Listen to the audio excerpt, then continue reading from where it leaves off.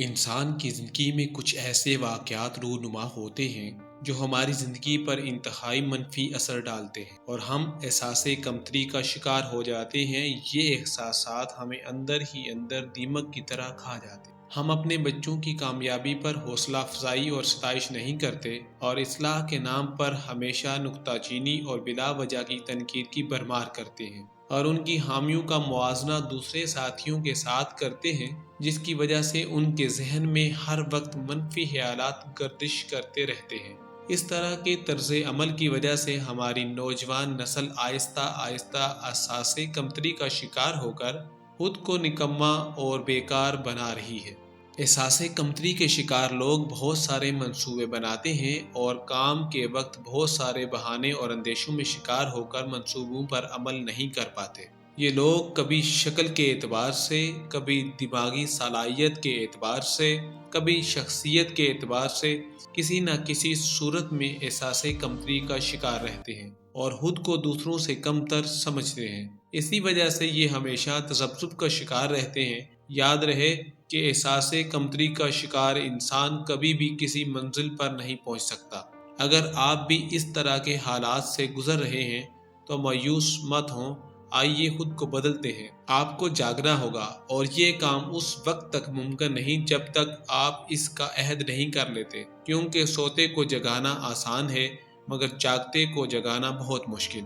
احساس کمتری سے چھٹکارا پانے کے لیے آپ کو کچھ چیزوں کو مضبوطی کے ساتھ تھامنا ہوگا۔ نمبر 1، اپنے دل اور ذہن میں یہ بات اچھی طرح سے بٹھا لیں کہ آپ ایک مکمل کامیاب انسان ہیں۔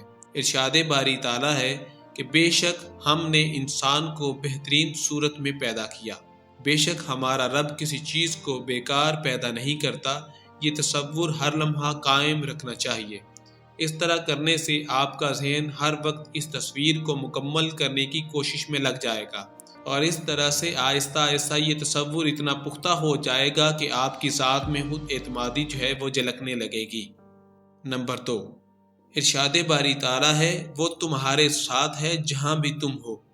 قرآن کریم کی اس آیت کو دہراتے رہیں اور جب بھی کسی مشکل سے دوچار ہوں تو پنجابی میں کچھ اس طرح سے مالک سے عرض کریں، اے میرے مالکا چل میرے نال، اور پھر یقین رکھیں وہ میرے ساتھ ہے، وہ میرے ساتھ ہے۔ یہ یقین پیدا ہو جائے تو پھر کس میں جرأت ہے کہ وہ آپ کو نقصان پہنچا سکے۔ نمبر 3، یاد رکھیں ہر شخص میں الگ الگ خوبیاں ہوتی ہیں۔ کسی میں کوئی خوبی زیادہ نمایاں ہوتی ہے تو کسی میں کوئی دوسری خوبی۔ کسی دوسرے فرد کے ساتھ خود کا موازنہ کرنا چھوڑ دیں۔ کسی کی نقل اتارنے کی کوشش نہ کریں۔ آپ سے بہتر کوئی نہیں اور نہ کوئی آپ جیسا بن سکتا ہے۔ جو کام خالق نے آپ کے ذمہ لگایا ہے وہ صرف آپ کو ہی کرنا ہے، وہ کام کوئی دوسرا نہیں کر سکتا۔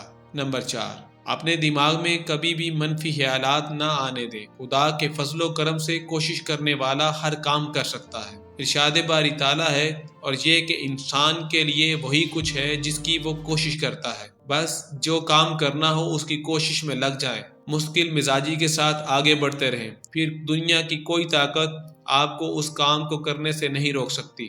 اور چلتے پھرتے یہ تصور رکھیں کہ ہاں میں یہ کام کر سکتا ہوں۔ Yes I can do, yes I can do. Number 5، منفی خیالات اور اندیشے دماغ میں جنم ضرور لیتے ہیں مگر ان کو آپ اپنے دماغ میں جگہ نہ دیں۔ ان کو جھٹک کر فوراً ان سے دور ہونے کی کوشش کریں۔ نمبر 6، ایسے دوستوں اور مہربان لوگوں سے رابطے میں رہیں جو کہ مثبت سوچ کے حامل ہیں اور اپنی احساس کمتری کی وجوہات کو جاننے کی کوشش کیجیے۔ تمام معاملات کا جائزہ لیں اور دیکھیں کمی کہاں پر ہے، اس کو دور کرنے کی کوشش کریں۔ نمبر 7، جو ہو گیا اس کا رونا کیسا۔ مکمل دیانتداری سے اپنی صلاحیتوں کا جائزہ لیں اور آج سے نہیں بلکہ ابھی سے بہتری کے سفر کا آغاز کریں۔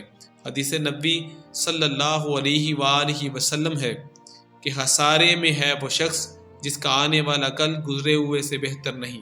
آخر میں یاد رکھیں یہ کام ایک دن کا کام نہیں، اس میں وقت درکار ہے۔ آپ کو آہستہ آہستہ منزل کی طرف بڑھنا ہوگا اور اگر کسی شاعر کی زبان میں بات کریں تو پیوستہ رہ شجر سے امید بہار رکھ۔